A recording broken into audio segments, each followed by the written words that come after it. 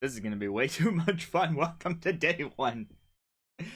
Affiliate anniversary weekend. Thank you, Jesse Tenu. That's backwards. We're already getting going on it. I got the cardboard shades. Yes, the Nintendo Labo comes with this. And yes, I'm wearing it. You know, Jeff took the show yesterday, as well as took the show from many presenters yesterday, which is a whole thing. But I got my cardboard piano. And we're doing this. Now, of course, I have a small range of notes. You can see all of them in the piano cam. A very small range, with only some minor adjustments I can make. So, yeah, you have an idea of how stuff is gonna sound.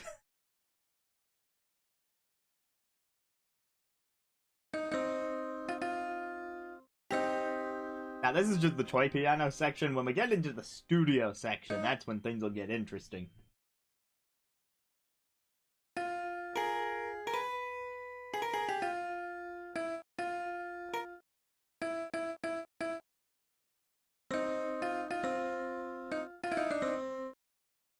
Oh, by the way, I'd like to know, how much do the key clacks get picked up by the microphone if I start doing stuff like this?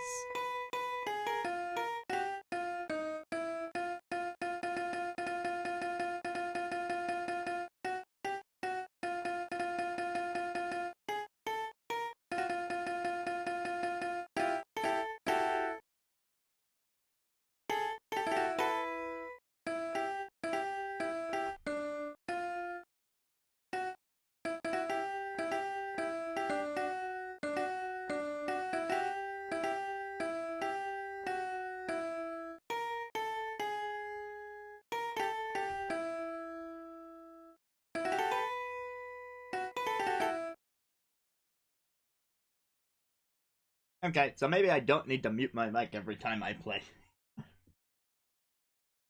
At least not this time.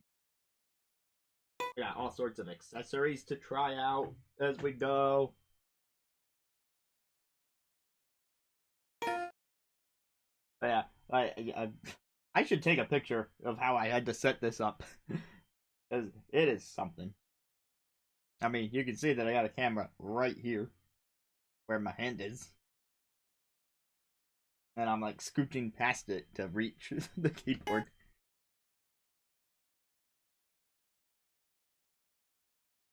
But yeah, we have fun here.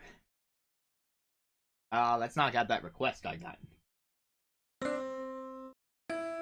Hold on.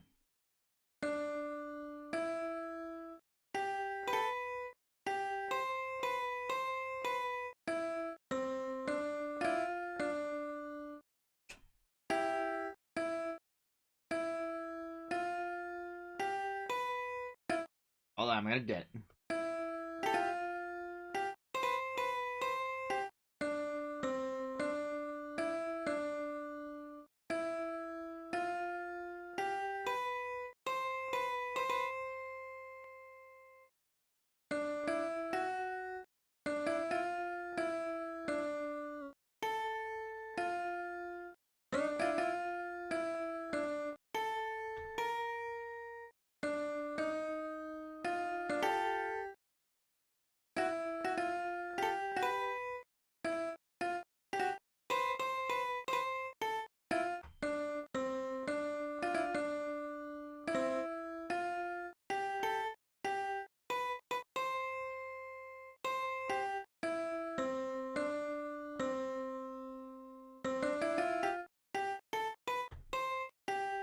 Hey, Pat.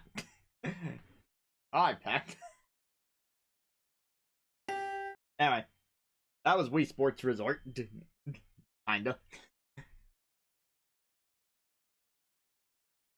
That got requested today.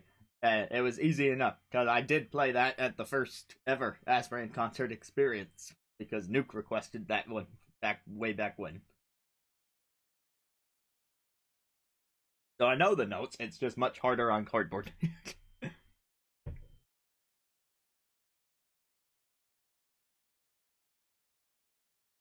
Alright, what else can I bang out on the base keyboard before I start radically switching things?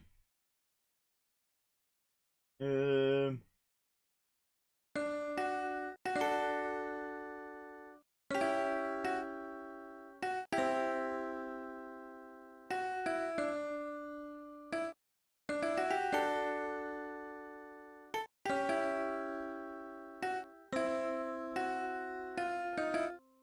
I don't know that one, Peck.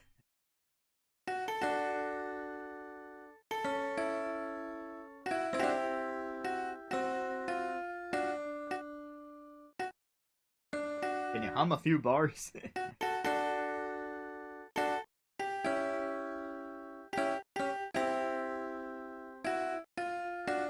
I mean, I need 2 octaves for a lot of stuff, but it won't stop me from trying. This is supposed to change the octave, but it does not sound like it's an octave higher when I pull this lever on the side.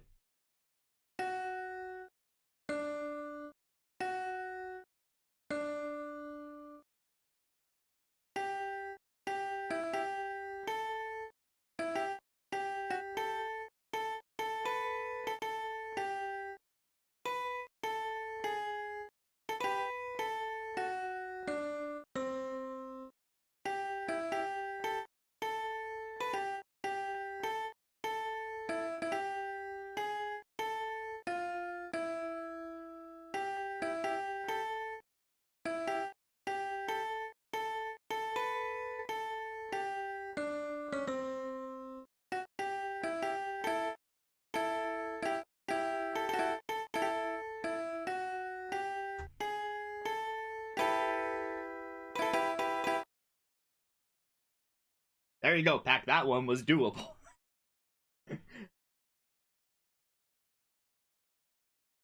Hey, me, I'm so good. Oh, you know what? I forgot. There's some default songs on here. I forgot. The first default song is how I really should have opened the stream.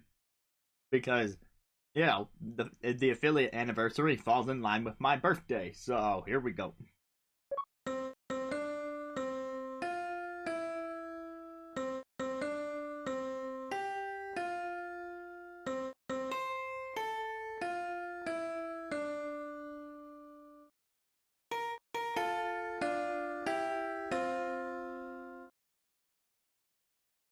Yeah, I'm gonna give it up for the Labo choir. I mean, it's not really a choir. But, hey, that's great news. Variety is great. And Brenda Lee did a good job. And, you know, it's a different kind of Christmas song. And it's not nearly as stale.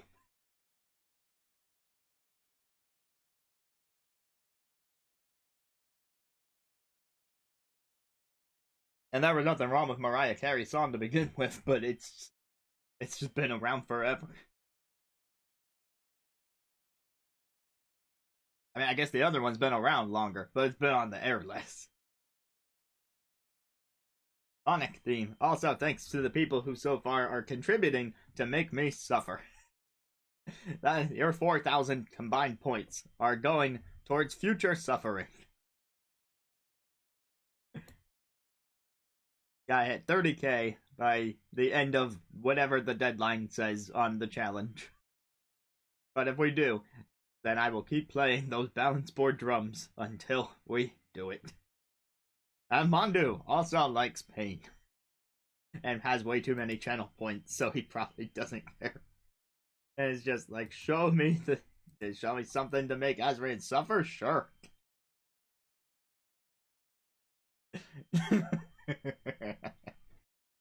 Maybe I set the goal too low. I set the goal that if 6 people. No, wait, hold on. Because you can give up to 2k, and the thing is 3 days, if 5 people showed up on 3 days and gave the max, then we would hit the goal.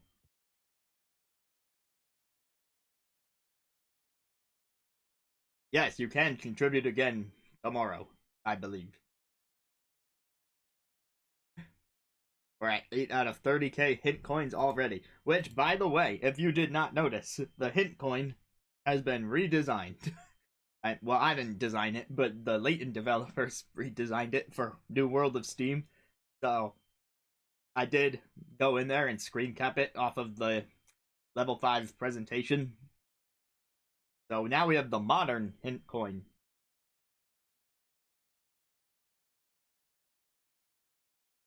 Well, you will earn more just by leaving the stream running.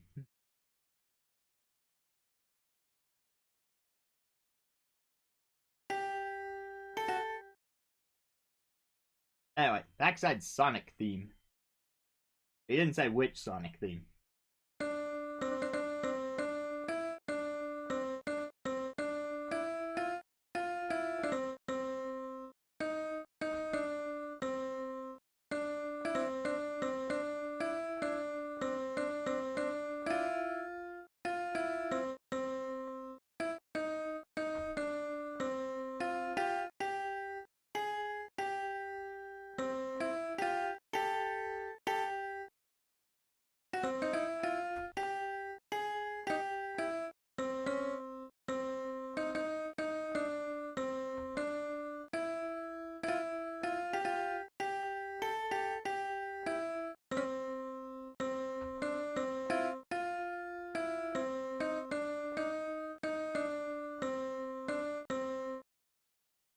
I mean, if you know what the different modes are, you could. I'll be showing them off during the night here. So if you don't already know what they are, you will see them at some point. But yeah, right now I've just got it in base toy piano mode. And there are more. There are so many more. In fact, I guess we can go into one right now. Hold on. Mm-hmm. I want to go in numerical order here on the gears. So here is brew number 1, or gear number 1.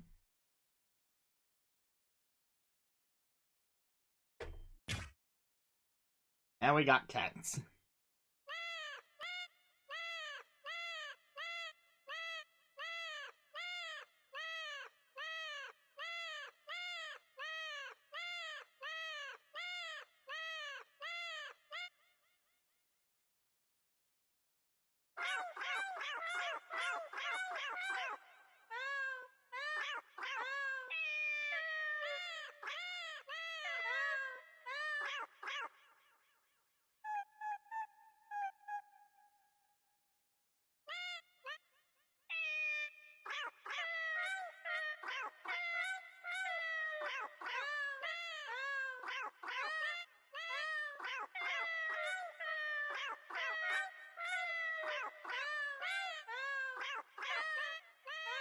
What do you think, Tanu?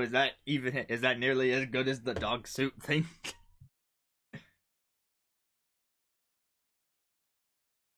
Star Wars. Hold on. I know how that goes. I know. Da, da, da, da, da.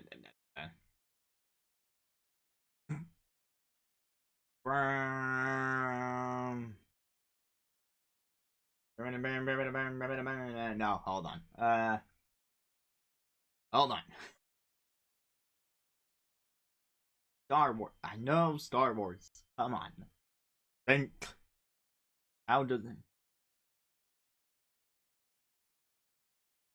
God, why is the theme escaping me?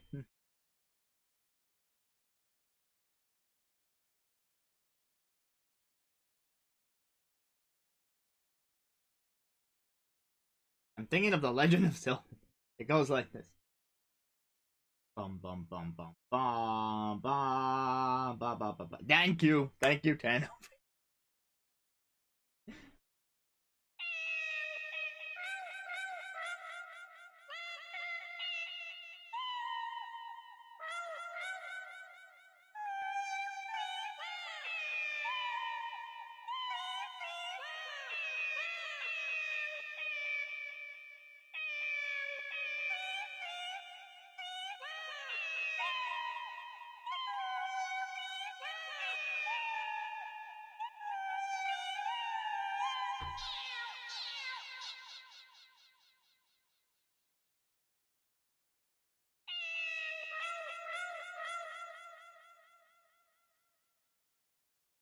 You can spin the gear and do stuff like that.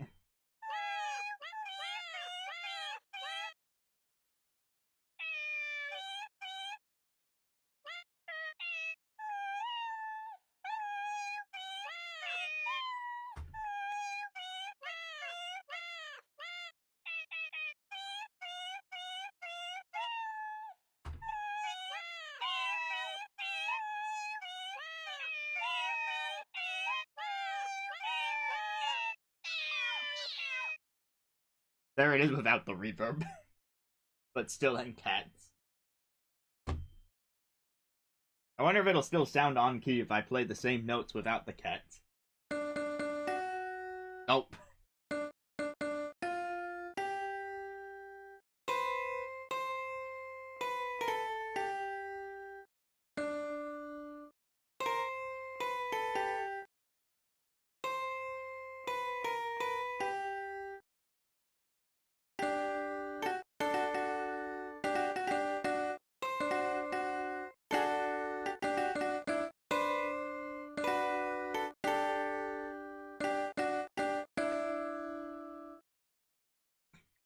Alright, there's a somewhat better sounding version of it.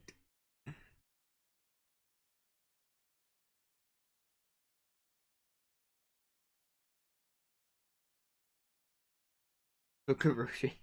I don't think Sakurai worked on Labo. Like, I know he had the interest in Labo VR when he was developing Smash Ultimate. And that was in the original plans for the game before they kind of scrapped it and then made it a free update, but... We want Kano, please. What would we call the Death Star for cats? The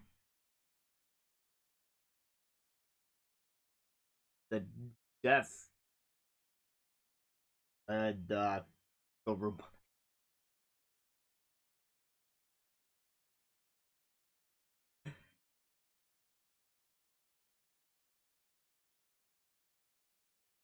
Hold on. Do.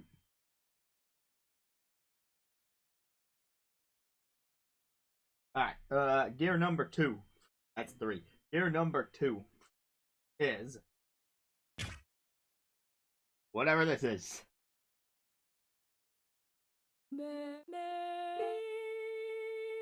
It's Wander Song.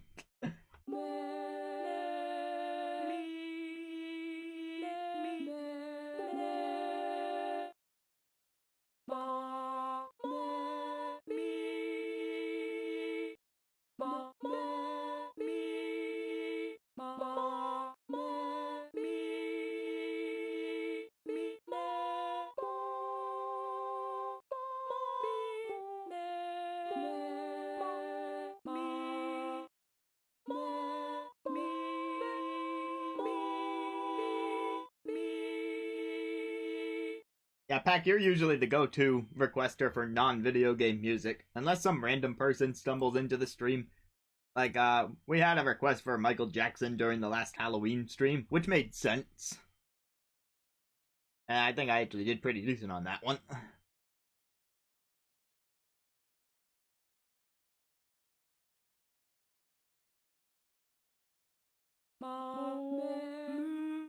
Yeah, let's hear another default song.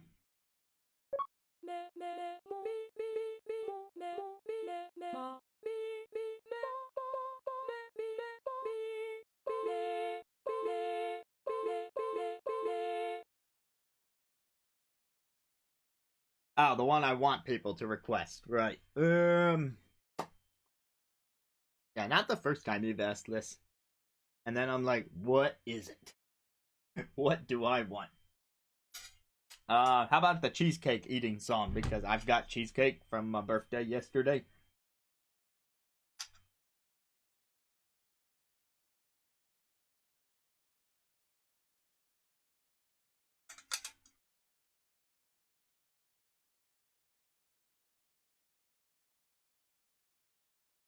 Well, Mondu may want to mute the stream for like a minute. But who knows if it'll even sound anything like it does in the game on this thing. And give a grace period in case he needs Time to reach the mute button. Here, I will type in the chat. Once I get the go-ahead, I will type in the chat once the Octopath 2 section is over. That'll be easier than trying to figure out how long a minute is.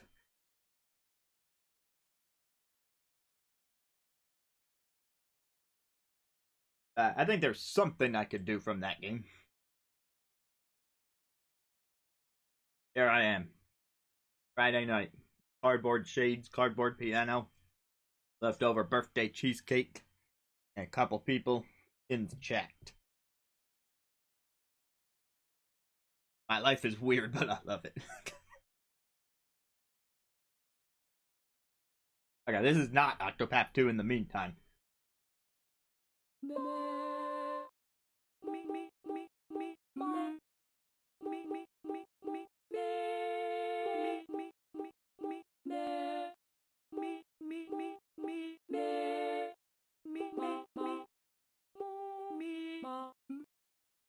What's that one song that goes?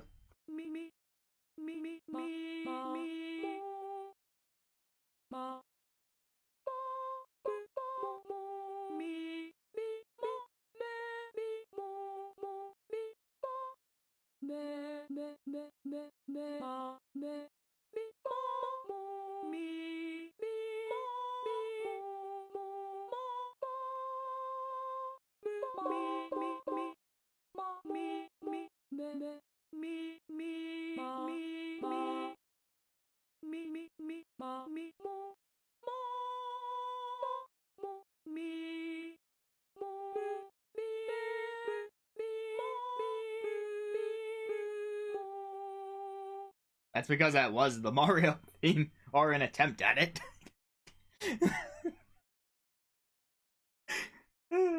because we have like the singing people here, I was thinking like, oh, Sunshine Secret Levels, and they play that one song in acapella, and that's just the Mario 1 theme in acapella.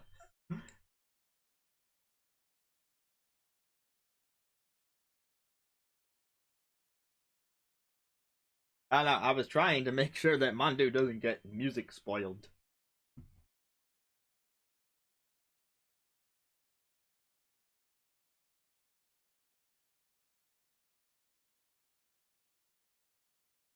Maybe I know something from Octopath 1, because he's played that one. What do I know from Octopath 1?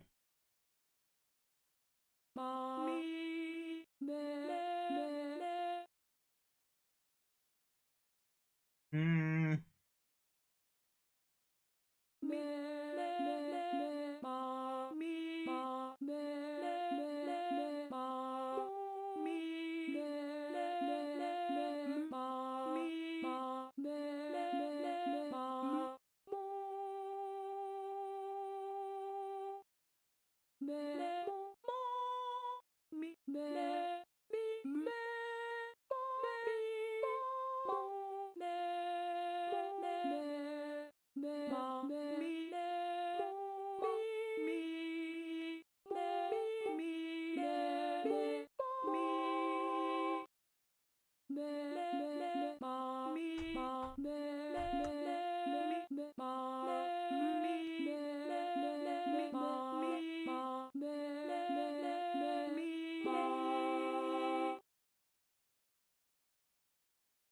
Mondo, in case the Labo piano made that sound a bit too botched, that was supposed to be Primrose's theme from Octopath 1.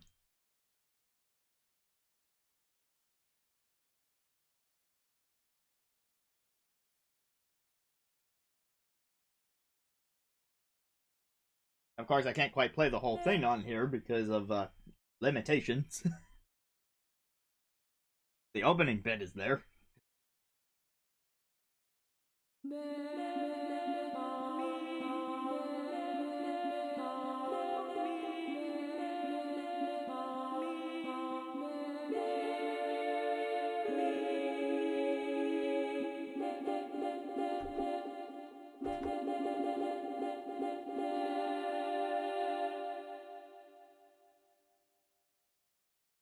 Alright, I'll go for early Octopath 2.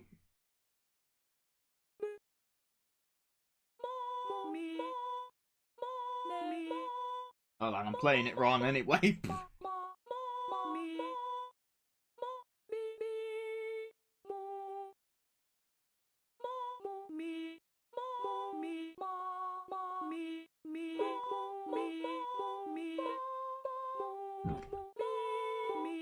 Excuse me.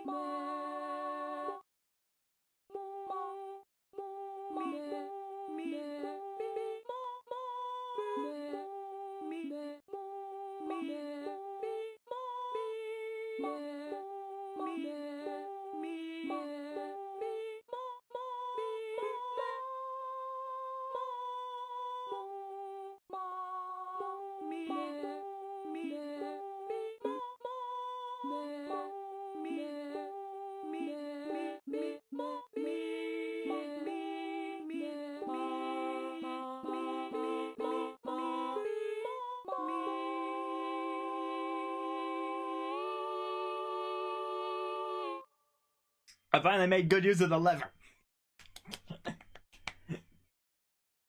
Figuring this thing out is fun.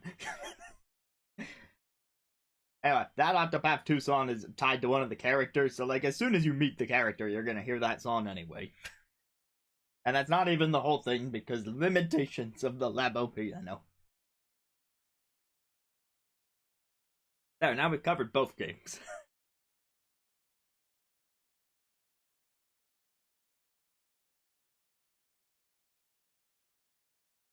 That calls for another bite of cheesecake.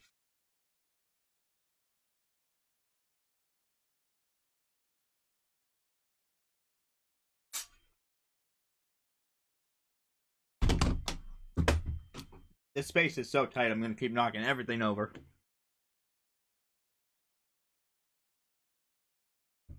That time it was my mouse. Alright, behind door number 3.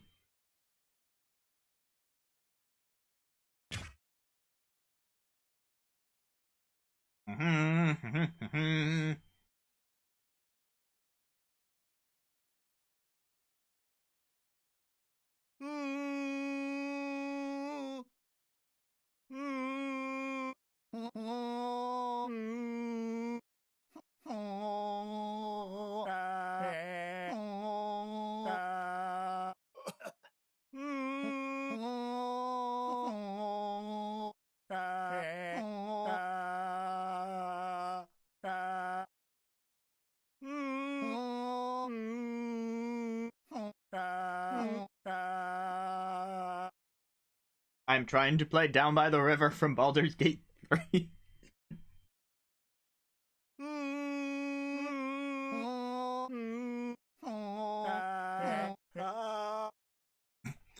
But, you know, the combination of wrong notes and old people.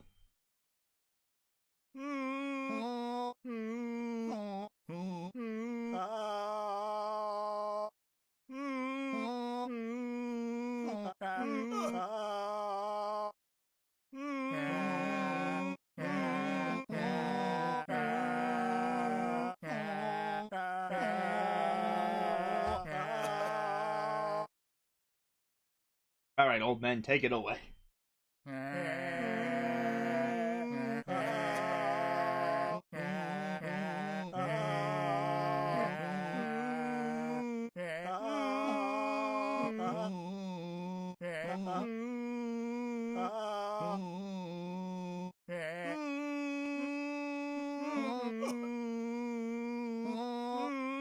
Well, the cool people know he was in Labo way before Fortnite, which makes Labo cooler.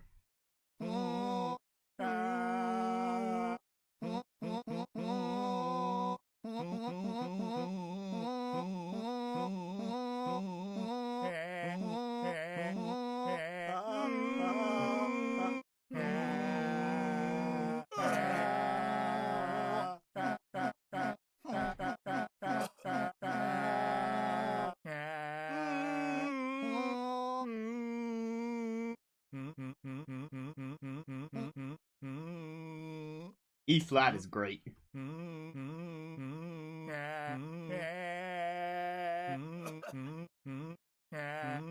Well, considering Labo depends a lot on user generated content, it probably does have more than Fortnite.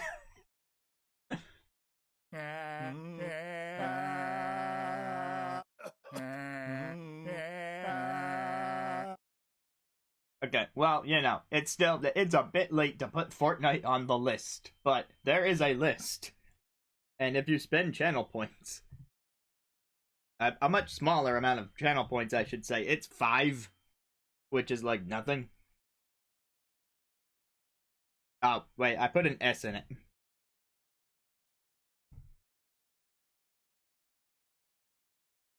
New centralization thing that looks. Alright.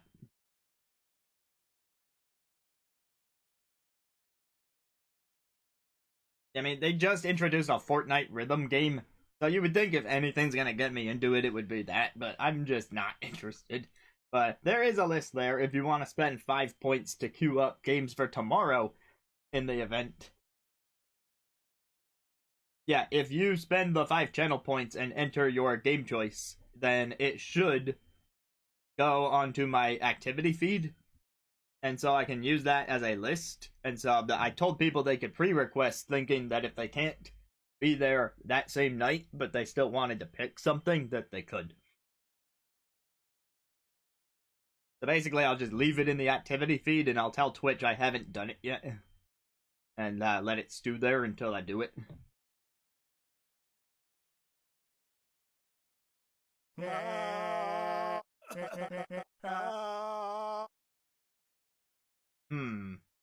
How about Zelda?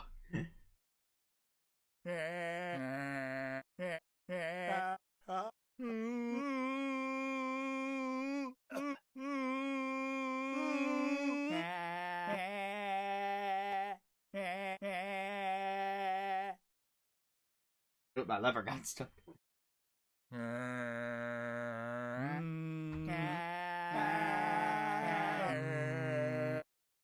How does the Temple of Time go? Feel free to leave bums in the chat to try and remind me.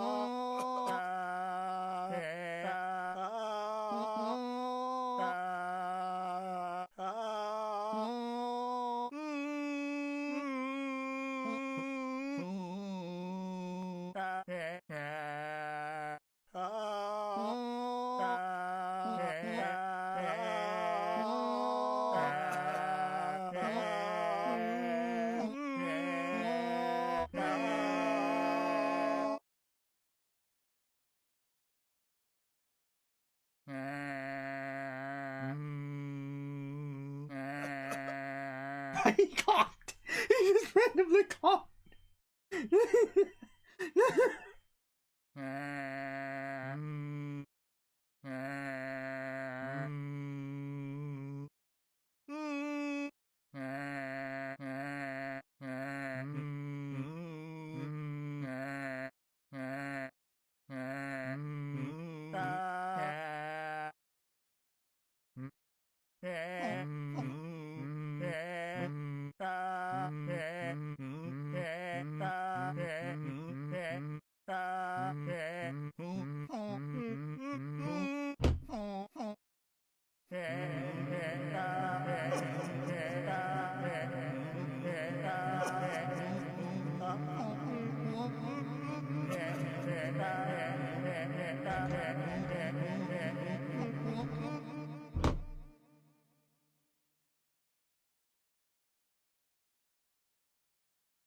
I tried to play Old Man Monstrous Souls.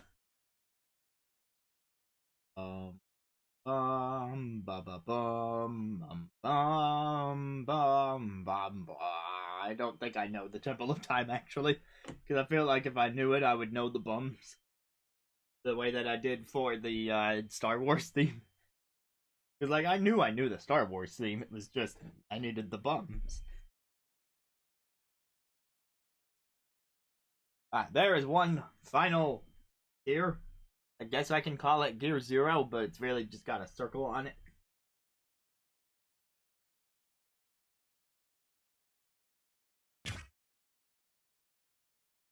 Oh, this one. Oh, this one. You see that symbol on the gear in the top? We're going HD Rumble.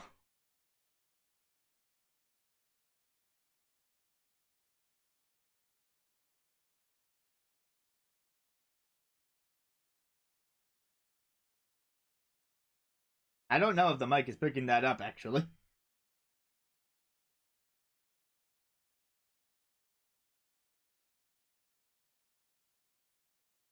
Hmm.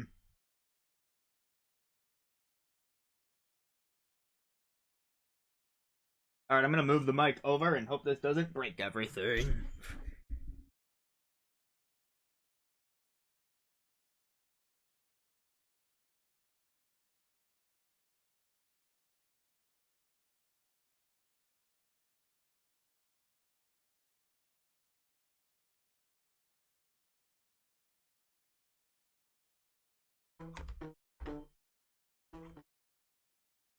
Maybe if I move it to the top of the piano.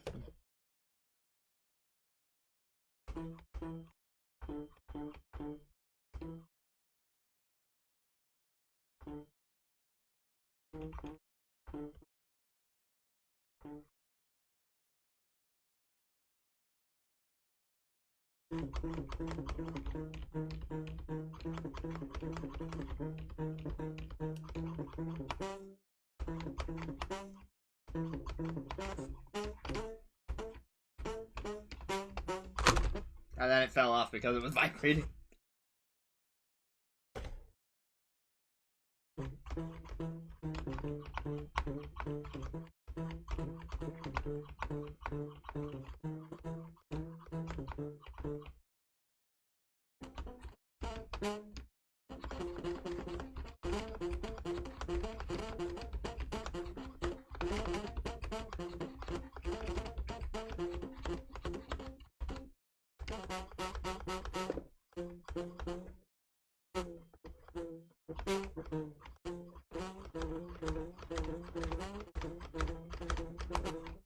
Of course, that means if you put the Joy-Con on something besides cardboard, it'll sound different.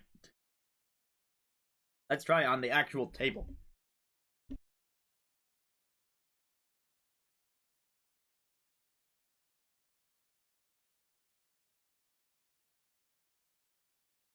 Spot right next to me.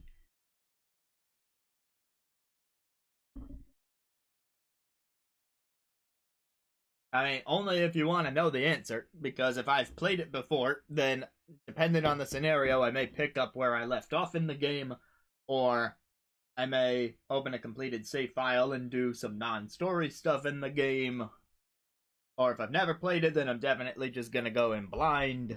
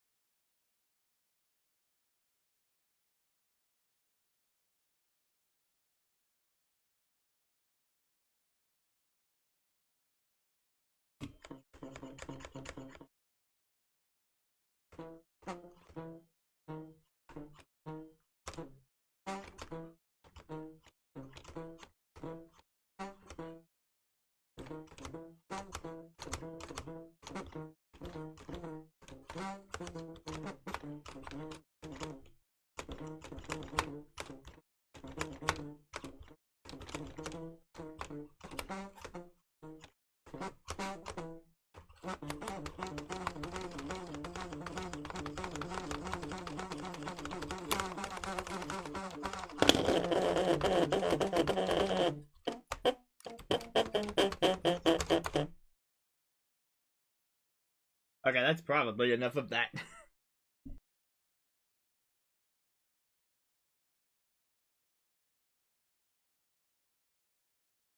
Location microphone.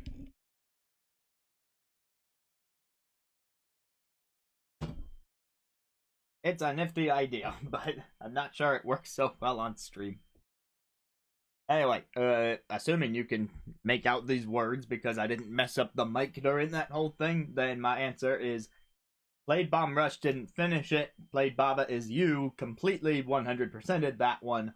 And played Elec Head, got stuck on what I think was the final level. So those are the cases where, like, Bomb Rush or Elec Head, I would pick up from where I left off and try to make progress. But Baba Is You, I would just boot up a new save file and go off the game.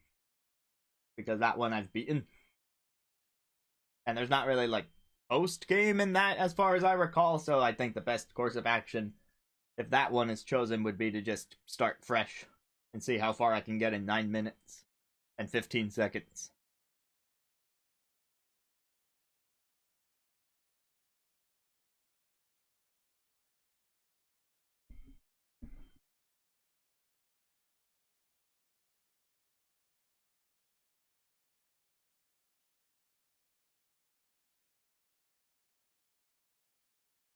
I'm on, dude. Thanks for stopping by. If you have any game ideas for tomorrow, you can open the chat menu and use 5 points to request them anytime between now and the time that I play them tomorrow.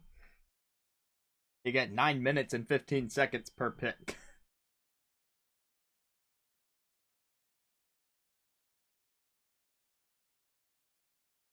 Oh, I still have it on Rumble.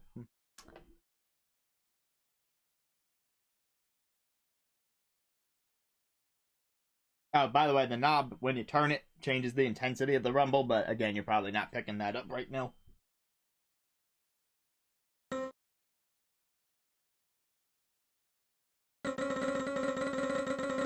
Uh-oh, it thinks I'm pressing those two keys.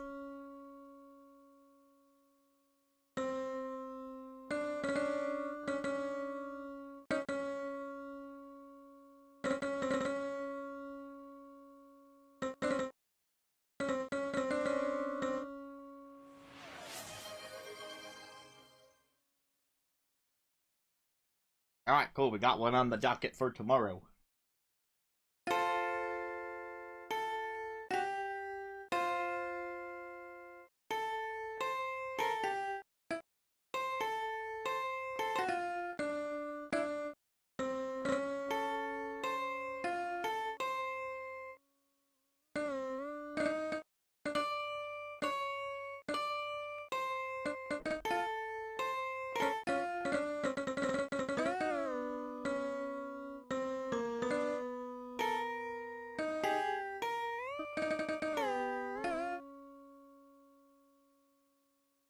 That's whatever default alert sound Twitch had for it.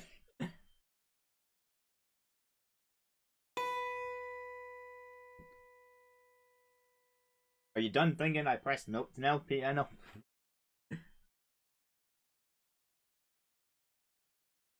Alright, so yes, as I thought, I now have a thing on my activity thing. On my activity feed, it says that message that you wrote with the game title, and it should stay there as long as I don't delete it. Which, why would I do that?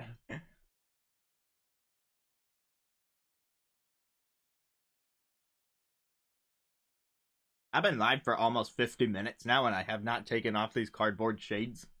I'm not sure what to think of that.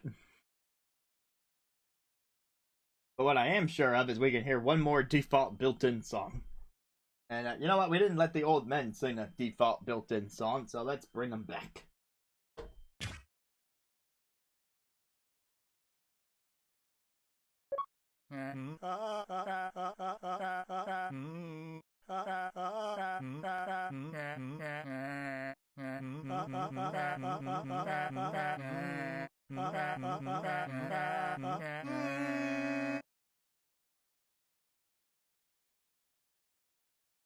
Thank you, old man.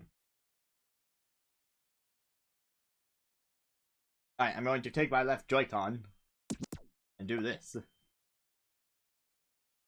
But we're not done yet. Do I have to hit A specifically? Because that's on the right Joy-Con in the piano. Yeah, that took some reaching, but I did it. Oh, I forgot. This game maps L to A specifically for that purpose. When using the Toy-Con baton, you don't actually need to use the Toy-Con baton. It's really just a piece of cardboard that straps to the Joy-Con, and the Joy-Con will do whatever. But here's studio mode.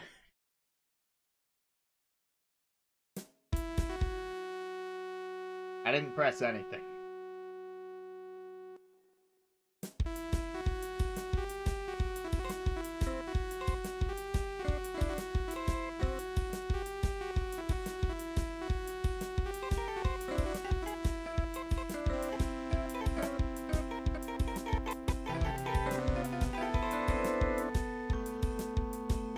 I may need to take a look under the hood, because I feel like it's... Oh, no, never mind. It didn't think I pressed those. It just... Okay. So yeah, studio mode is a whole other beast, and you can actually do a lot. I mean, it's probably not the most efficient studio music tool in the universe, but it exists.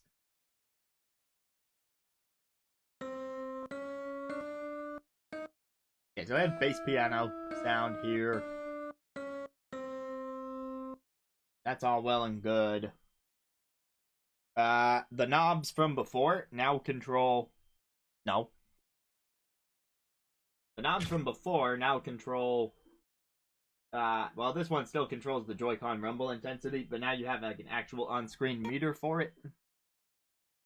And now 1, 2, and 3 control reverb, that middle thing, and volume. For some reason, I am blanking on what Envy stands for.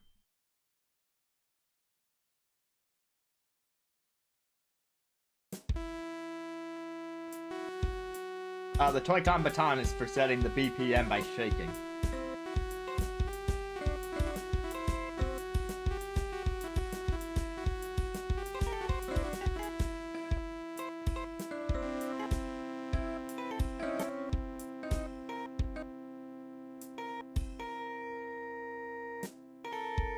And you gotta put it down to stop.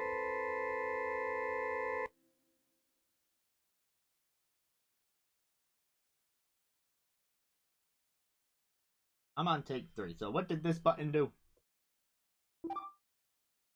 Oh, that detects whatever waveform is inside, which right now is none. But there wasn't a waveform inside.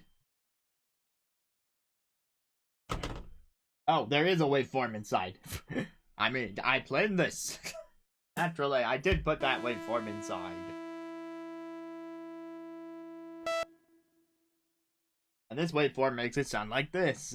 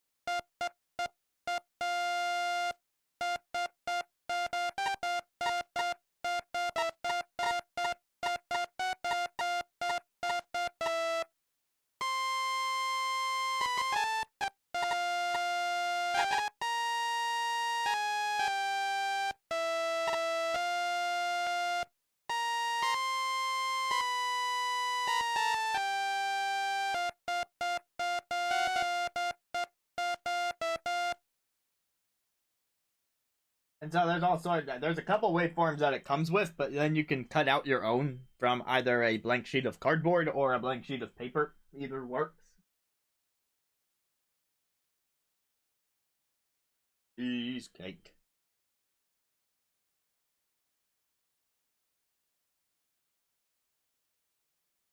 So I made a few in advance of the stream, so we can see what they sound like. I gotta pick up a couple from off the ground where they fell.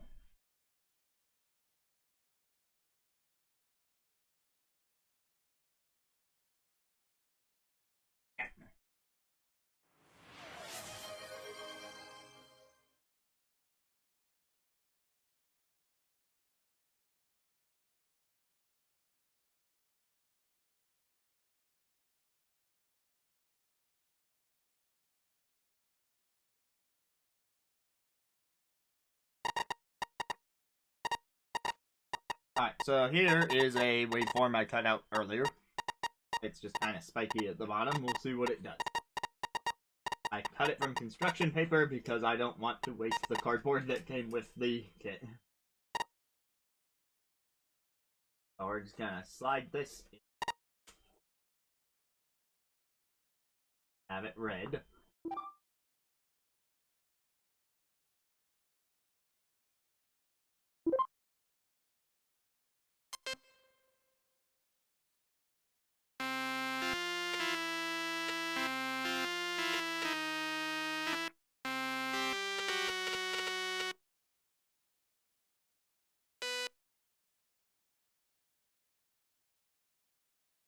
I don't know. In my opinion, it's better to put too many than not enough.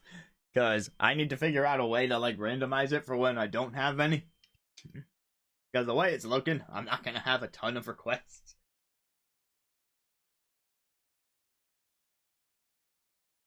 And I'm gonna want to go at it for like a few hours, so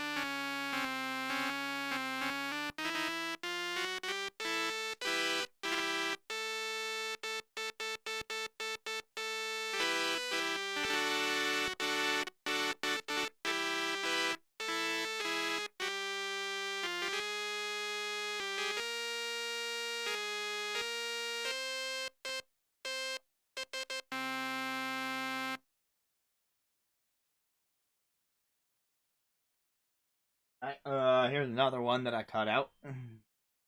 This one's more of a giant curve.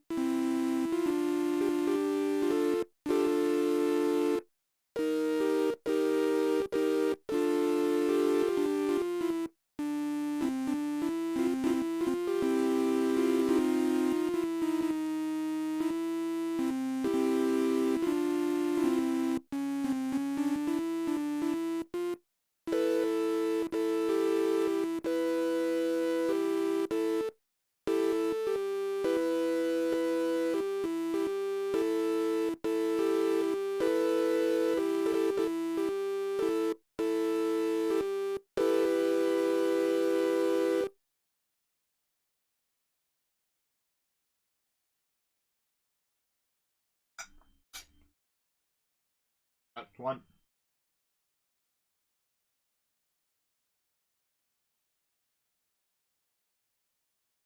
Ooh, another piece of paper.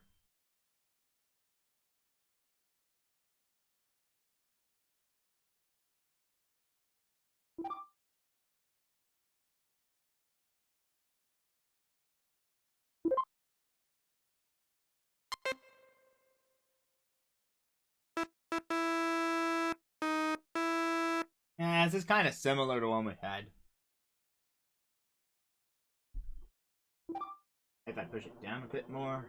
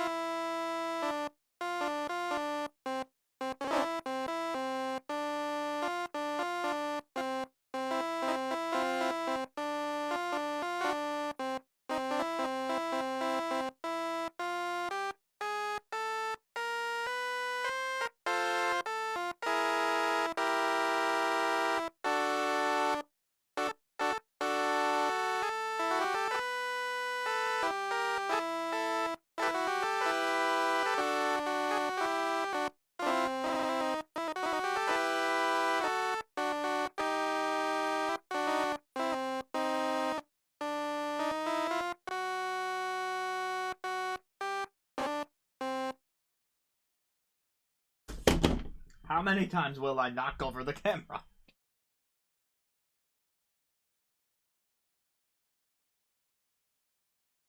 We should have a prediction for that, but we're already like halfway through the stream, if not more. Here's one with 3 squares at the bottom. Journey to Silius must be an NSO game because I don't recognize that title. It's got. I'm sure it comes from the list, so it's on there somewhere.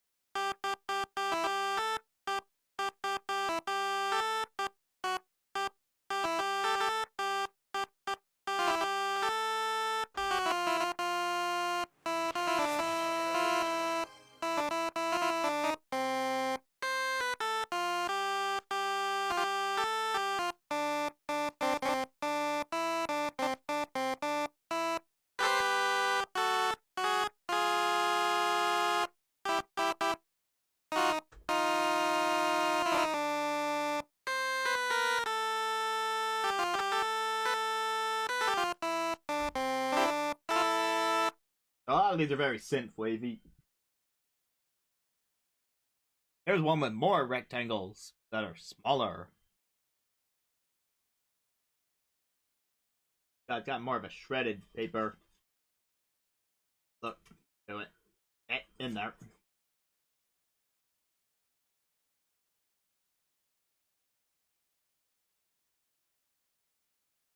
Somehow make this the wrong size, even though it's the same as the others. There. It's inside.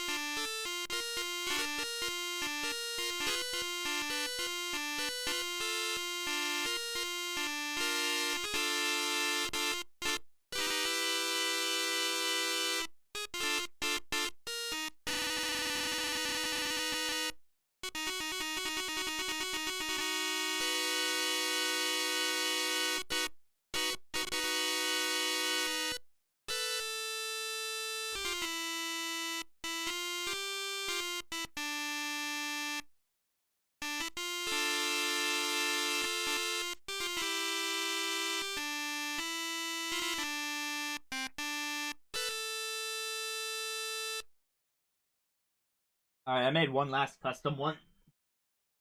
So this one I took off. This one I cut a hole in the middle and then taped it back together.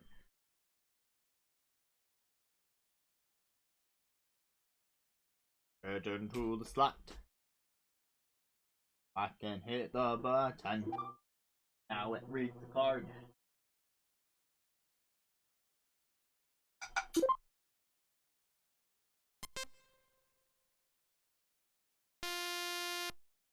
Oh, that's boring.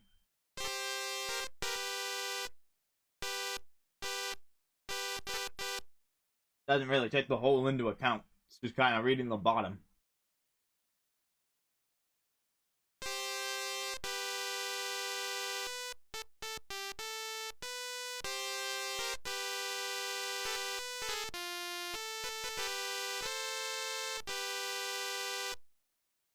Well, Labo came with a couple more waveforms. So there's this one that it came with.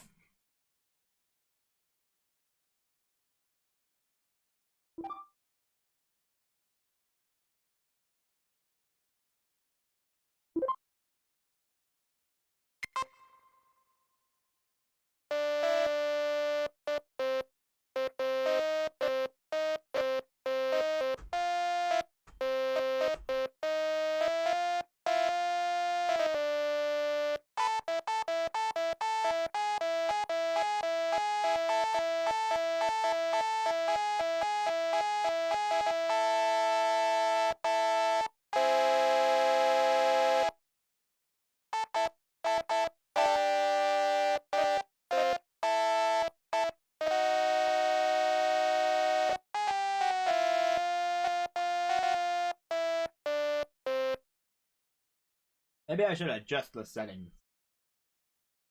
Let's turn this down.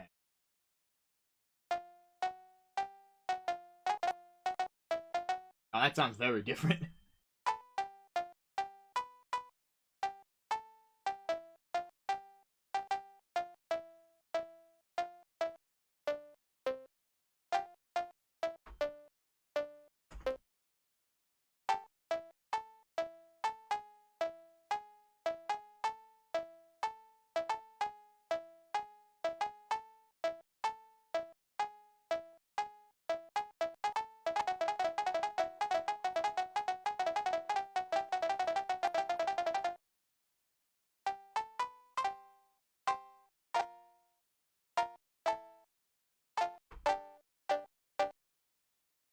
Kind of makes me want to go back to my other waveforms and see if any of them sound actually different.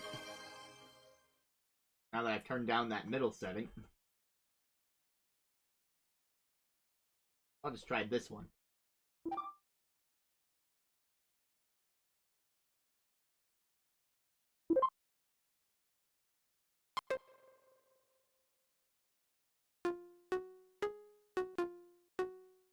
Oh yeah, that sounds a lot different.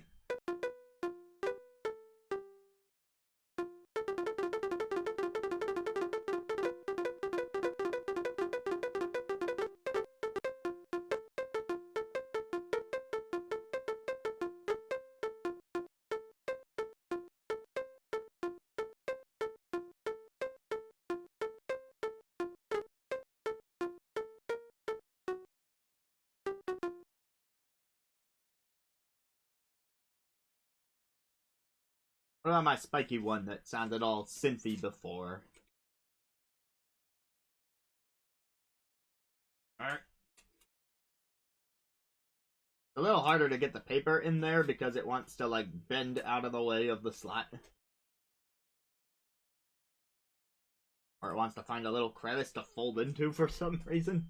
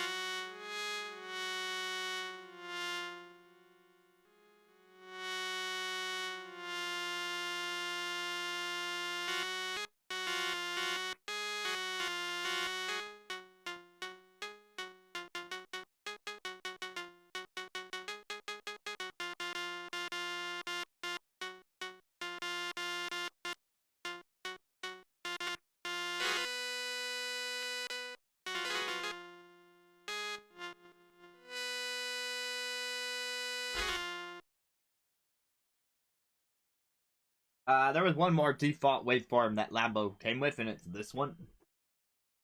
Let me turn that back down and knock over the camera again in the process.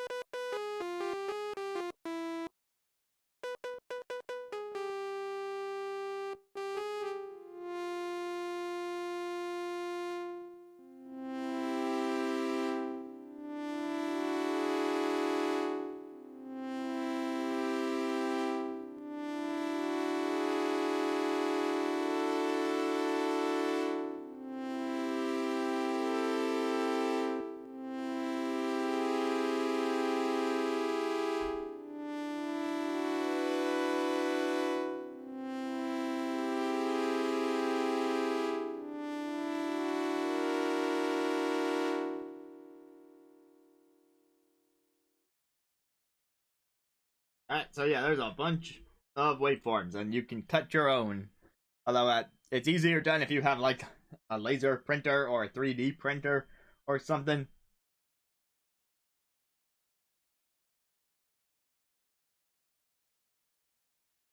Ah, perfect. Yeah, an hour and 5 is definitely a good minimum to have, and then I can throw in some random ones if I don't get any further requests beyond those. But theoretically, a person could show up and spend the channel points there in the moment and put in something. We'll see.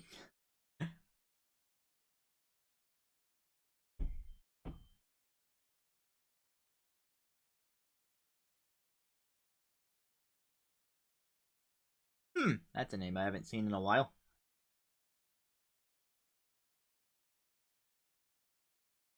Yeah, alright, and if it ends up being a shorter stream because no one wants to see me play anything, then so be it. Let the chips fall where they will.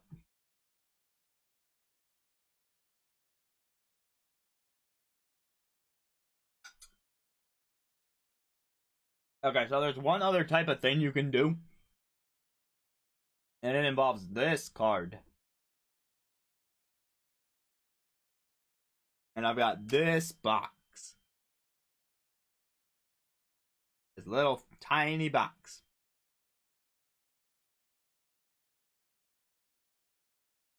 And inside the tiny box are all the holes that I punched out of that card. You might be wondering why I held on to them. Well, it's because you can stick them back in the card.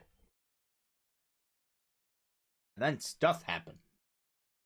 Depending on which parts you choose to fill back in.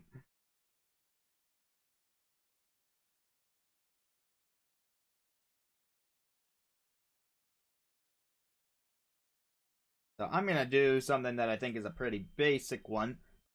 But it's going to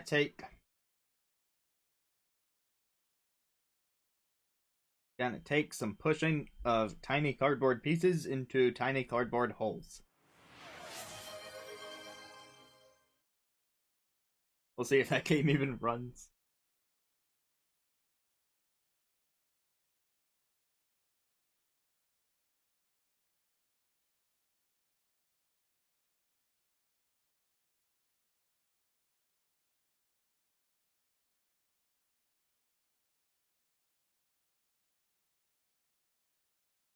It's a big list. Partially big just because I wanted to outright list everything that's on NSO, because I could technically play anything off of NSO.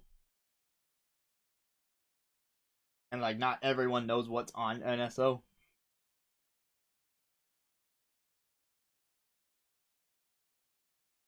But then also partially big because I buy too many games.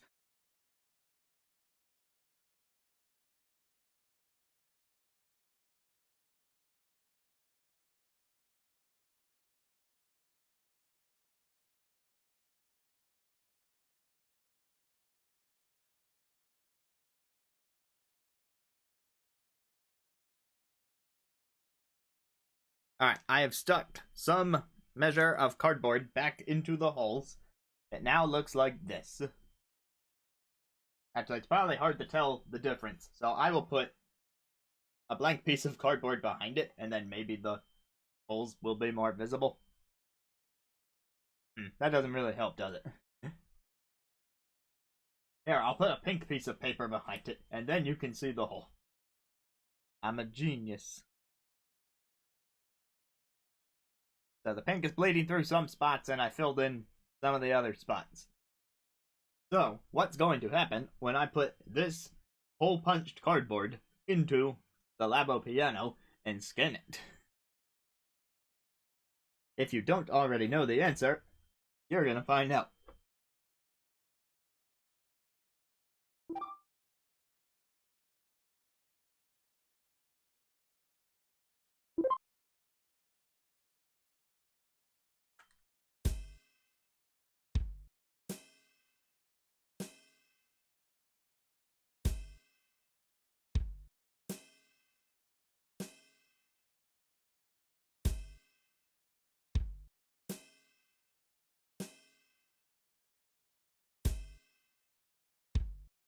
Okay, I may have misremembered I thought the empty spots were going to be the beats, not the filled in ones. But I guess it makes more sense to actually fill in the beats you want. But yeah, drum beats. Made by the Labo piano.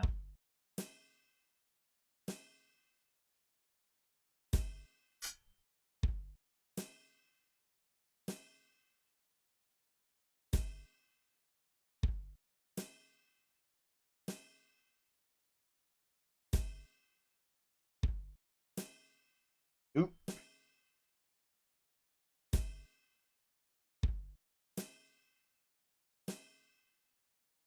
I feel that way about Steam too because I want to try and get use out of my Steam Deck to justify that purchase in the first place. And don't get me wrong, I've definitely used it. Baldur's Gate 3 certainly helps with justifying that purchase.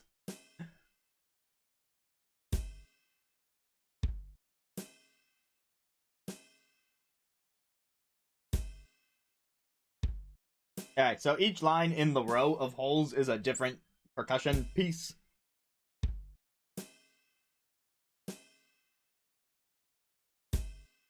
Which I forgot up until now.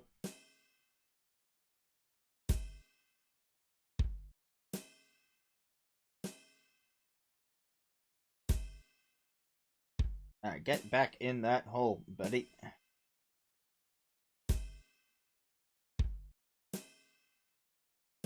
Yeah, and this is just one piece of the variety kit.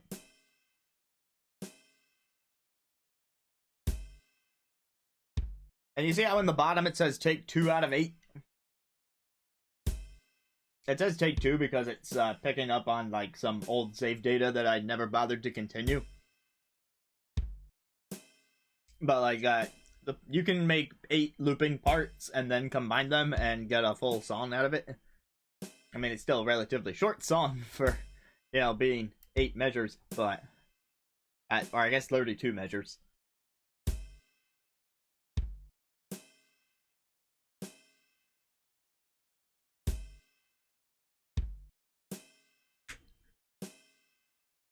But still, there's layers. You can combine the beat with the part that you play on the piano using the different waveforms to make it sound however you want. And if you have like hyper precise printing stuff, you could essentially make this play as any instrument.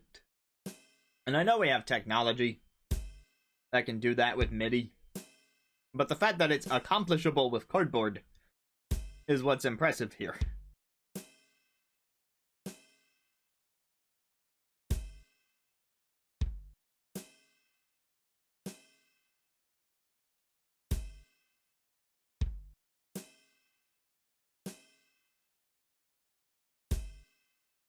So I'm filling in more holes to make a more complex beat.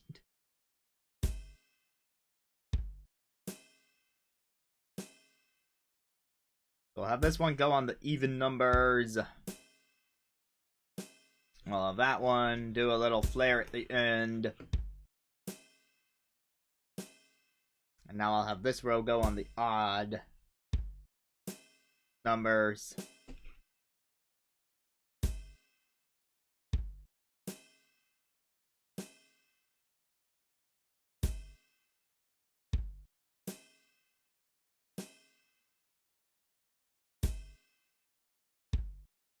I don't remember if I saw that one either. I don't think I did, but I might be wrong.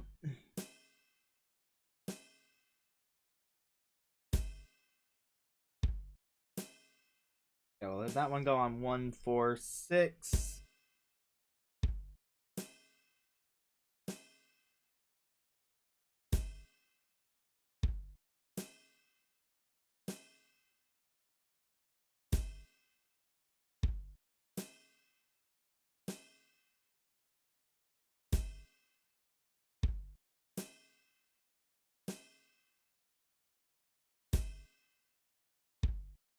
Gotta be careful with these tiny little cardboard dots is all.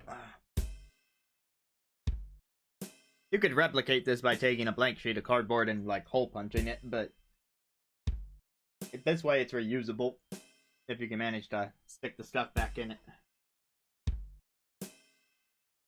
I think I want it to go this way, if I understand right. Let's see how this sounds.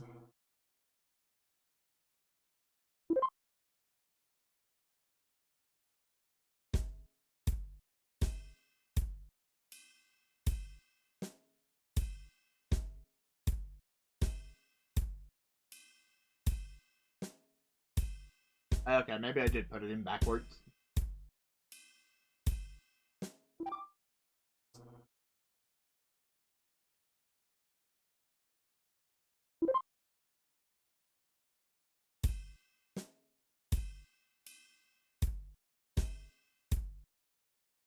Now let's not forget that you can pick up your Joy-Con and do this.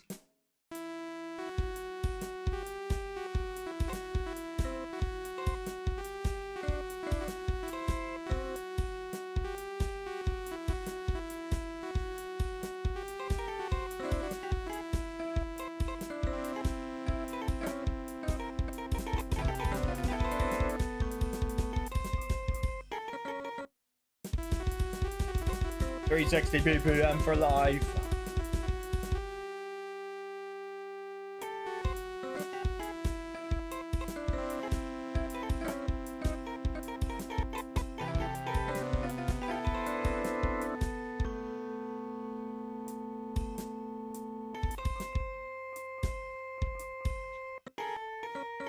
Two, three, four. 1, 2, 3, 4. 1, 2, 3, 4. 1, 2, 3. Put it down.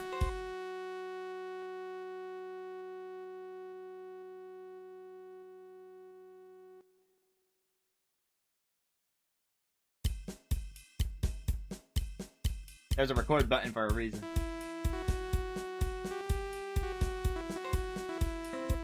Although it already has notes saved on this for some reason, and I don't remember how to clear it.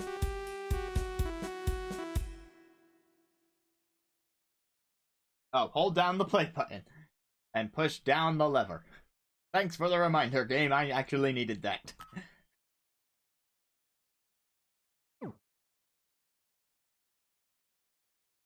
You can recover a deleted take if you pull the lever back up.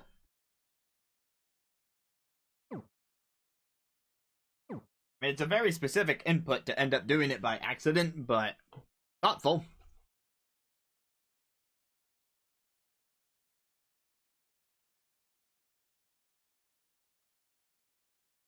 Alright, now I gotta decide which waveform I want to use. I think I will go with this guy that I made, because it probably took me the most time to cut out.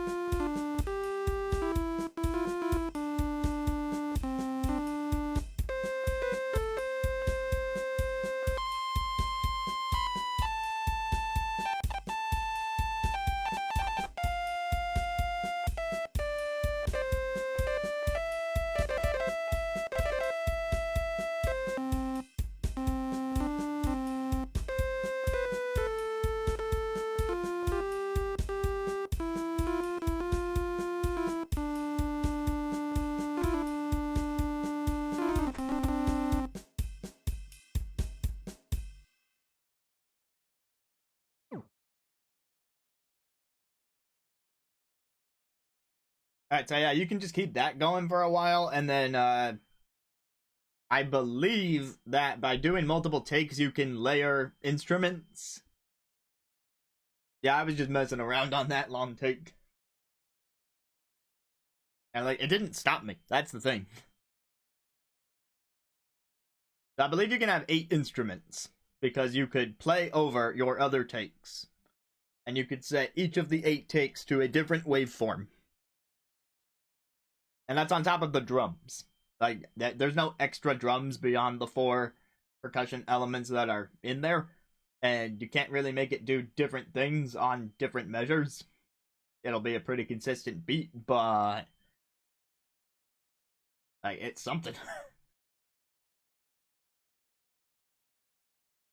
And I mean, like, if you really wanted to go crazy with this, you could make stuff and then record it using capture card, and then like string it together with a separate thing you recorded, so you could change the beat up in that way. Like, you could totally make a full song out of this. It would just take a lot of effort.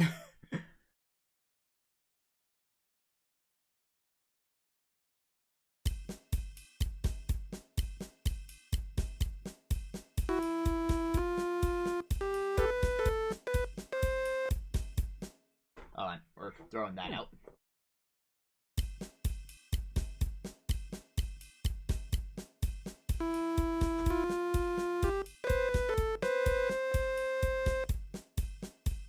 Yeah, maybe not that song.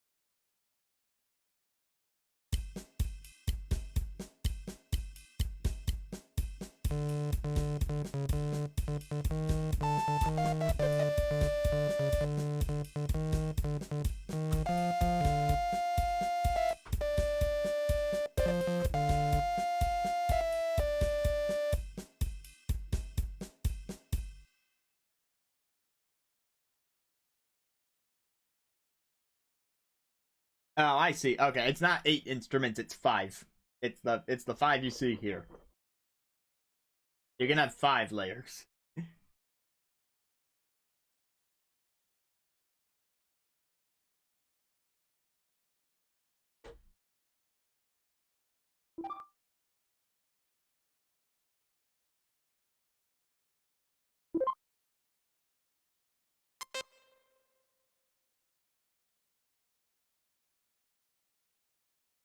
Turn that one setting down. I'll up the reverb on this.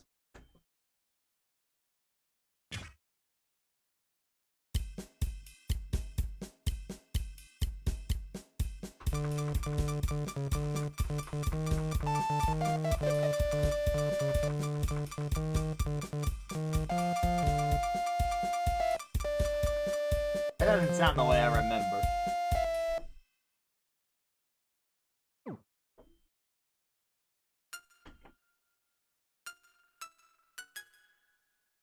Guess I should have tested this sound first.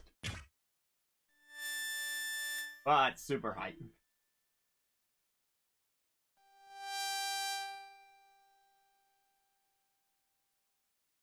Yeah, that was not the instrument I thought it was. Let's go back to Shreddy Boy. Shreddy Boy can get put back into the spot somehow.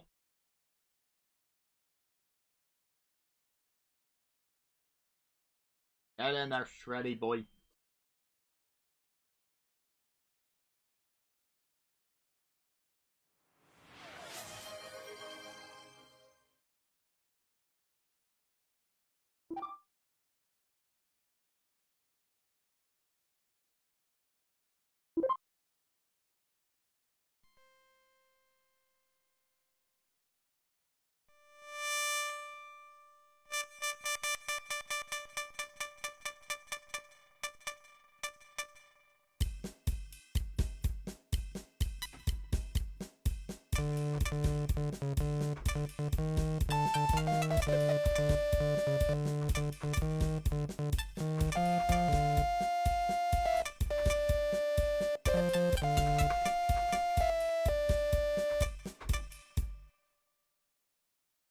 Okay, well, for this one, we will stretch by God, you'd think it'd be easy to think of a piano-themed stretch. We will twist to the side like the screws on the Labo piano. There you go. Doink, doink, doink, twist to one, twist to the other. Keep your arms outstretched as you do so to mimic the cogs of a gear.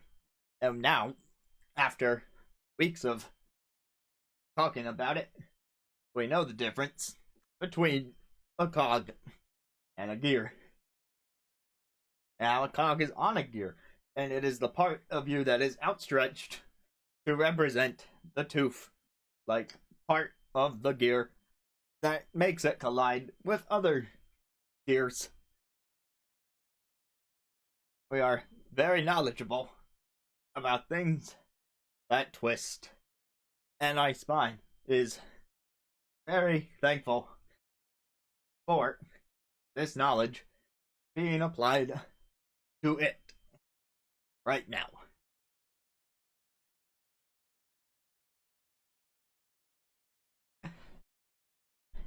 Whee!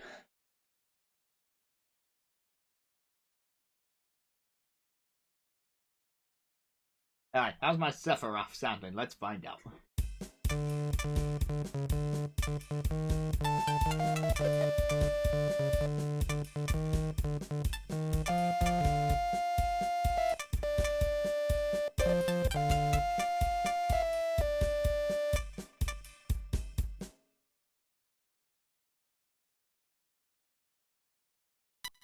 Well, in all honesty, it's not sounding great, but do what I can with cardboard.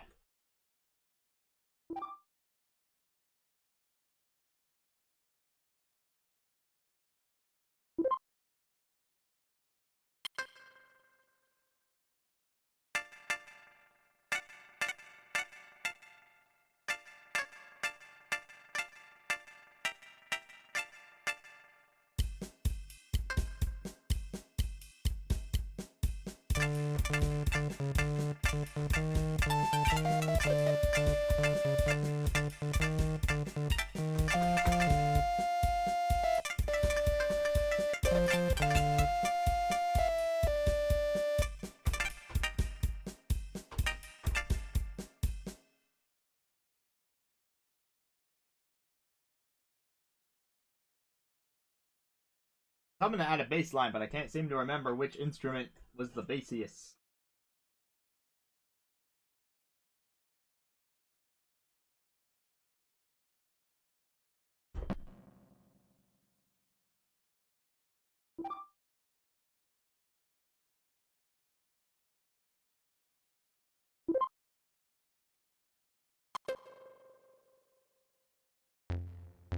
Oh, perfect.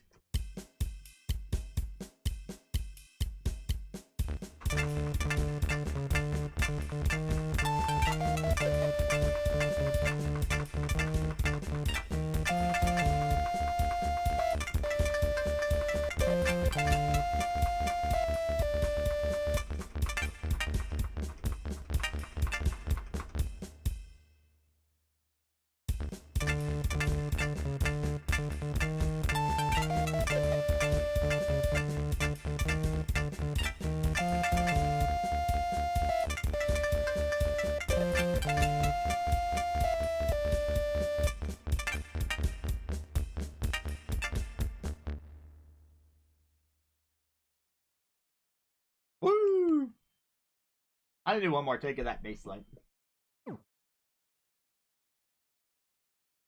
I'm gonna.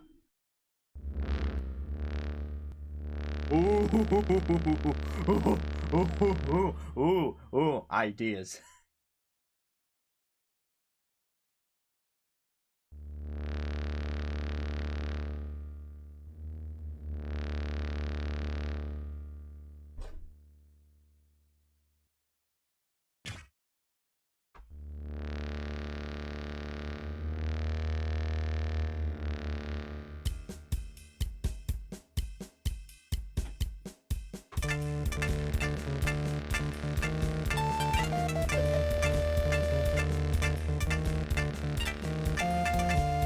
Retake.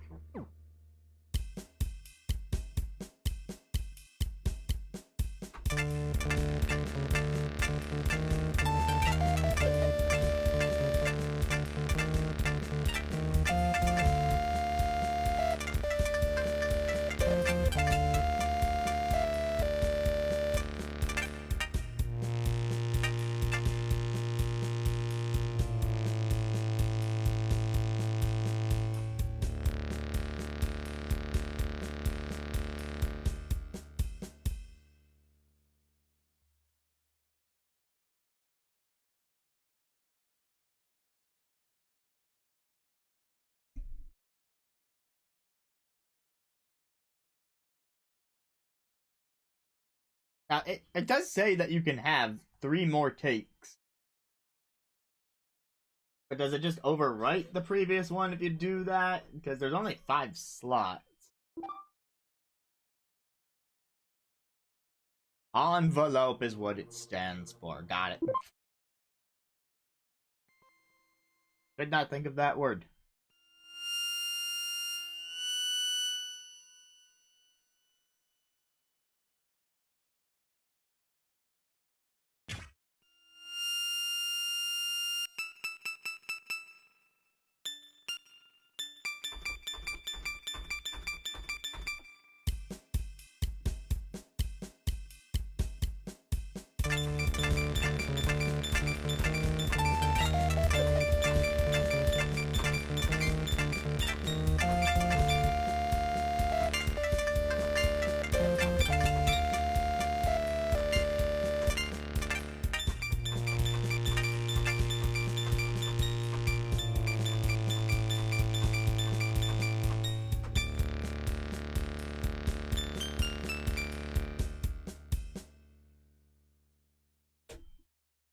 Alright, let's hear the full thing.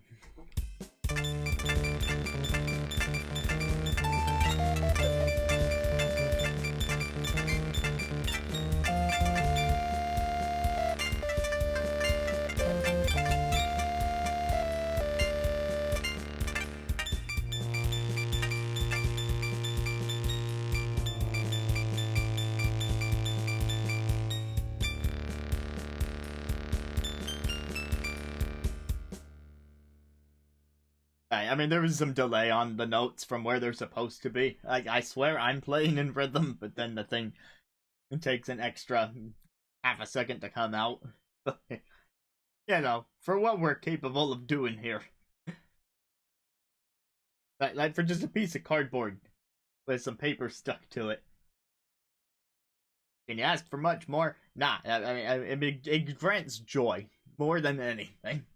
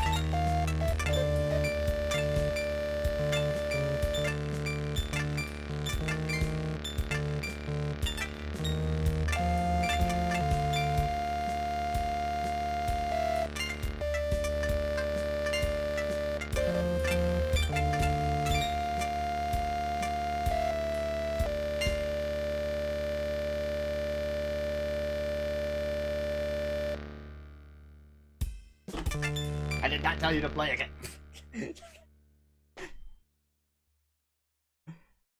I'm not sure there's any better way to end this after 1 minute and 42, 1 hour and 42 minutes of messing around with this piece of cardboard piano.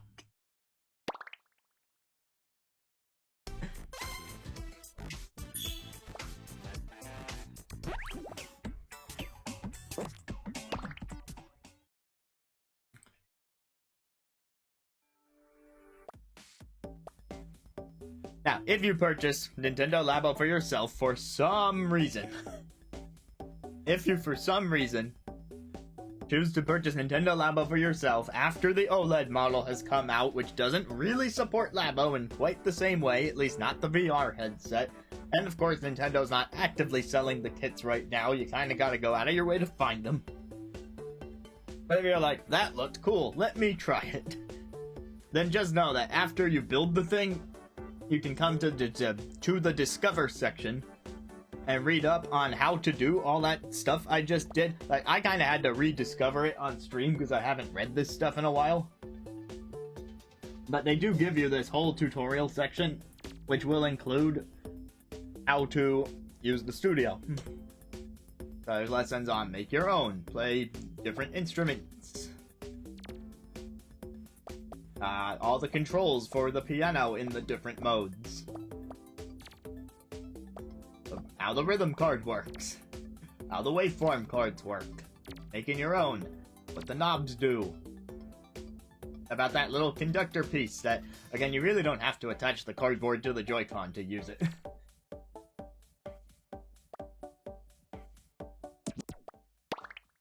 But, you know, just to say that that is there.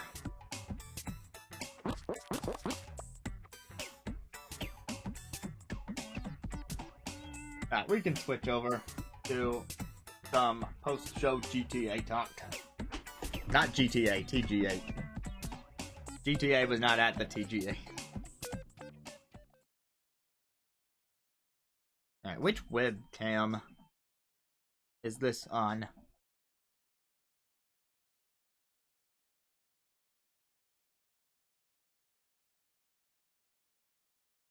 I think this might be on the wrong webcam. I'm sure this is the... Oh no, that's the right webcam. Never mind. It's just very bright in here. In that case, I can do this, and it should work. Okay, yeah, now I know it's the right webcam. Alright, Game Awards. If I were to sum up my thoughts on that... On the one hand, I felt like, of all the years, the recipients of the awards probably made the most sense, from my perspective. Of course, you know, the one thing I can't really be sure about is Alan Wake 2, because I haven't played it. And I feel like that one came out very close to when nominees were announced, so... Not totally sure about Alan Wake 2 getting stuff. But for most of the categories, I actually felt like, huh, that's a pretty good choice, actually. Except, they continue to sweep right by all the actual category awards, and push the presenters and the winner acceptance speeches off the stage as quickly as possible to make room for more world premiere announcements. And that is the issue that everyone is contending right now. Not the first to say that much, definitely making its rounds all over the place, but yeah. I don't know. I don't know if Christopher Judge just ruined it for everyone last year with his speech, and they felt like everyone needed to have a minute or less, but... Yeah. Sea of Stars got its due. I feel like Cocoon got its due in the other category, but I've also heard good things about Pizza Tower, so if Pizza Tower had won debut indie, I would not have been upset by that. I just haven't gotten around to that one. But I did play Cocoon, so I can at least say that I thought that was a good game. I get for a debut indie with the Worlds Inside Worlds thing, I can kind of respect that. Shoutouts to Pikmin 4. Pikmin 4 actually got on the board. Good for them. I agree. with that consensus as well.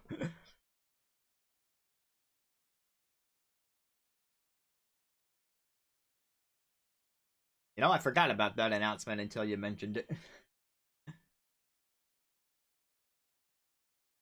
Um, let's see. Mondo and I are both taken aback by the Sega announcement.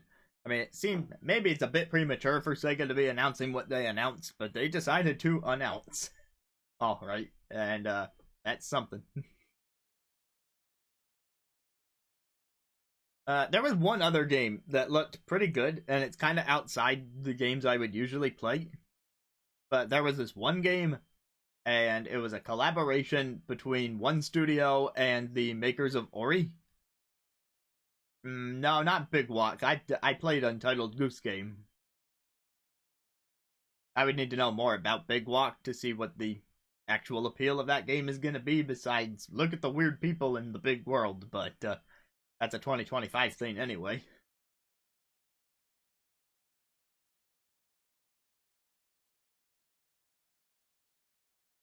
Oh yeah, was it No Rest for the Wicked? I don't know. It was a pretty gorgeous looking game, and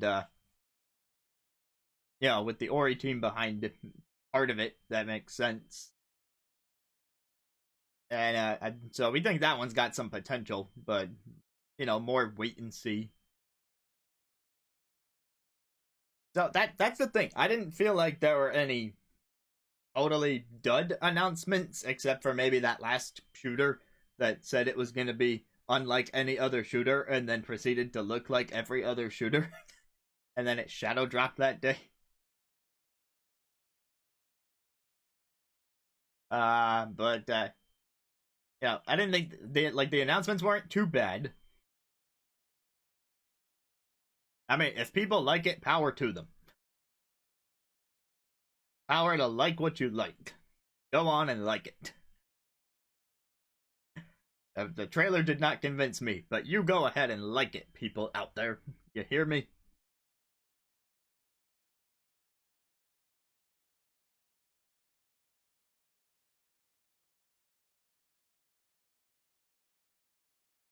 So yeah, that came out, and what was the other thing? Performances. There were 4 performances this time, so that's a higher ratio of performances based on game music that we had in there. We had Senua, we had Alan Wake 2, we had Rebirth, and we had the orchestra medley at the end. Right, 4 whole performances. That's a new record, I believe, for a single Game Awards. So that part I like, because that goes hand in hand with honoring the games. All of them sounded good. And they were all from games. So, yay. Yay for that. I will say, the medley for the orchestra, I was not as fond of it as previous years. And let's see, what's that? What was the thing?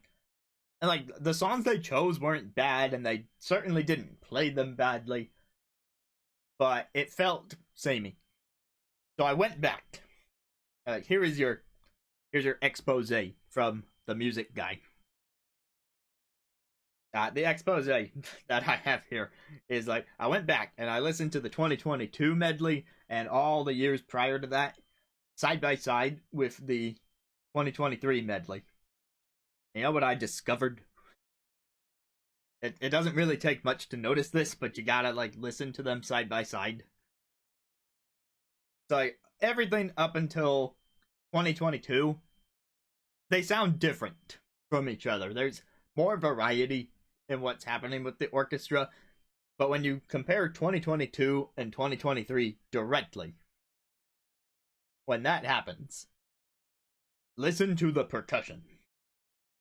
Listen to the percussion between 2022 and 2023 the entire way through both medleys. It's the same percussion line. Nothing is different about it. And for one medley, that's fine, right? you want some consistency so that it sounds cohesive in the end, but to use the exact same cohesion factor in the medley the next year, like that takes away the flair to me.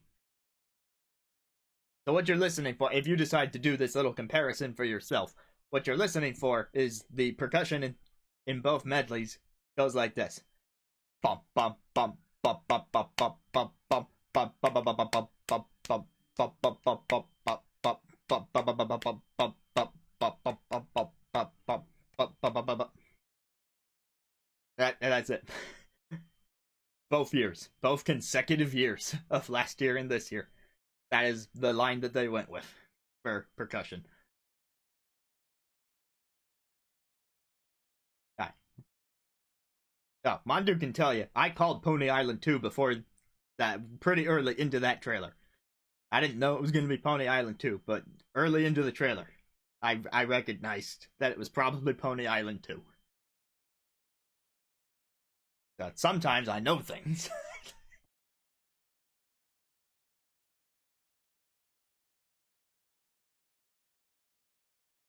Alright, anything else worth mentioning?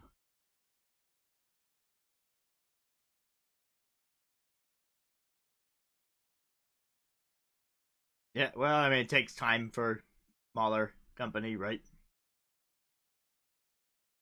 Kojima getting all that time on stage after all the other people just get chewed off the stage. I mean, there's a few instances where someone is on stage for a super long time compared to the actual people accepting awards.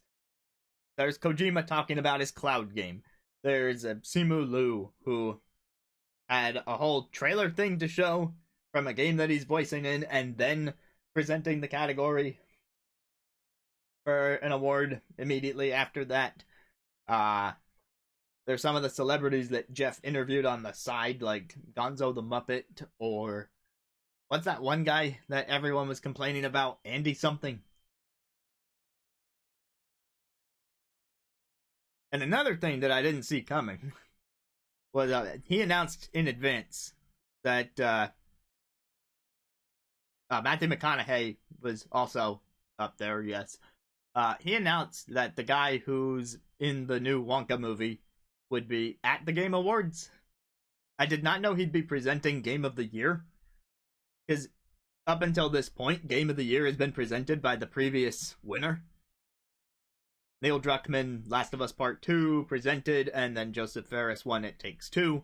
Joseph Fares won It Takes Two and presented the next year for Elden Ring. But no one from Elden Ring was there to present Game of the Year this year. So, yeah, that was surprising to me. They just went with a celebrity instead. And granted, a celebrity who has done YouTube stuff with video games. Like, apparently he's got a background in modding 360 controllers, hence the username. So, like, not the worst thing, I guess. Like, not totally unrelated to Game Awards, but like, were the Elden Ring people just unavailable? Like, not one person from that game studio could come present that award and remind everyone that they won last year. Doesn't have to be the head honcho, I wouldn't think, but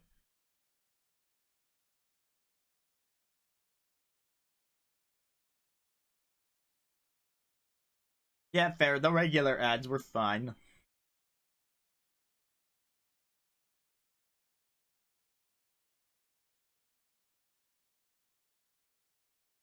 Yeah, so between the performances and uh there were good performances. There were actually some good jokes that made me laugh at points, and the announcements did not make me groan like, "Oh my god, this isn't anything I care about."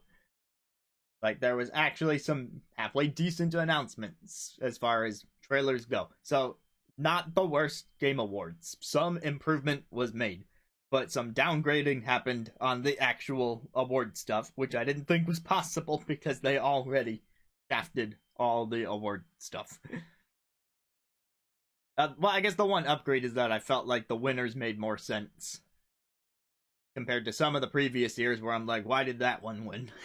But that's a personal preference thing on the games. I just wish it would stop rapid firing the one that they can rapid fire the esports ones during the pre-show as much as they want. I will not complain about that practice, but some of the bigger awards like music or art direction or stuff, they can give people their time.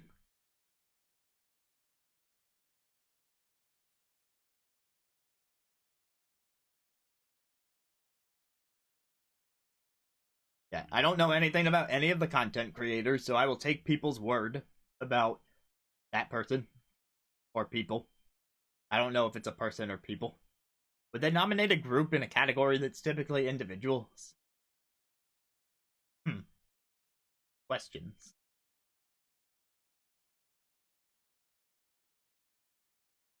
And yeah, Alan Wake 2 just feels the most weird. It came out at the very end of October. It was the last game to release from all the nominees, so that gave people the least turnaround time to actually try and play it, and you have to play it off Epic right now. It's exclusive to there. Not everyone can do that. So, being a member of the general public who doesn't have Epic on his Steam Deck, because that would take some serious workarounds, I just can't speak on the game. And I played a tiny bit of the first one on Switch, and it didn't seem all that interesting, but I don't know, 2 had a lot of time compared to 1, so maybe it is something worth praising, but I do not know.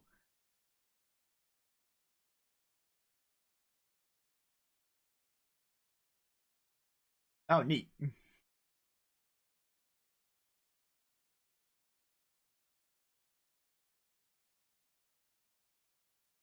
But all right, I ranted about the stage time. I ranted about the game of the year medley, and that's about it. I think that about covers the game awards that occurred yesterday on my birthday. None of it really felt like a huge birthday present, but can't win them all.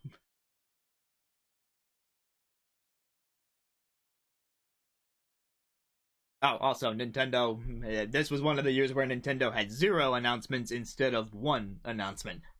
Because sometimes they have 1 announcement, but other times they have 0. And this fell in the 0 camp.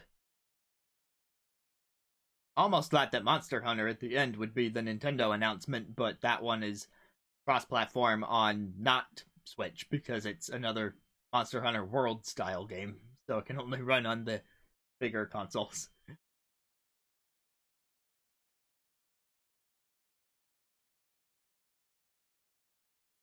I mean, it looked like a horde of monsters in a well put together desert, and that's all I know about it.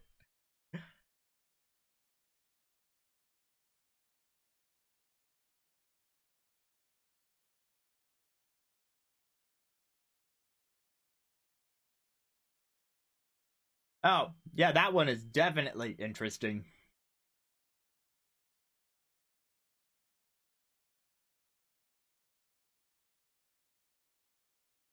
Yeah, because I just played a musical game this year with Stray Gods, and obviously that has nothing to do with accessibility for the deaf. It's just a game that was designed to be a musical with branching paths, where the music will adjust based on the choices you make, and so will the story. And it's all themed around Greek gods and stuff. But then this one is like, huh, it's gonna be one of those games for impact style games for sure. And it could be very eye opening. Not ear opening, but eye opening.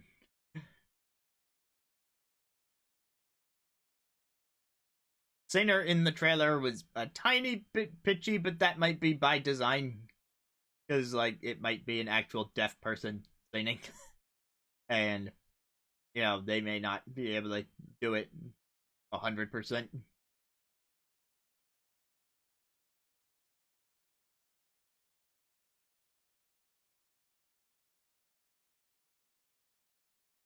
Now we will have to see what they do.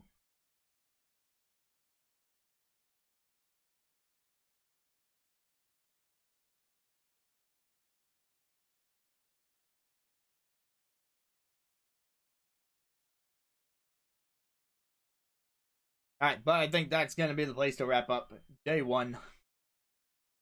Can't really think of much else to say. If we want to talk more specific trailers or anything, can continue that in the Discord or some such thing. But hopefully, we enjoyed the first Azran cardboard experience. I don't know if it will ever come back, but it was the first one for sure. Tomorrow, gonna be switching through a bunch of games on the fly. Board.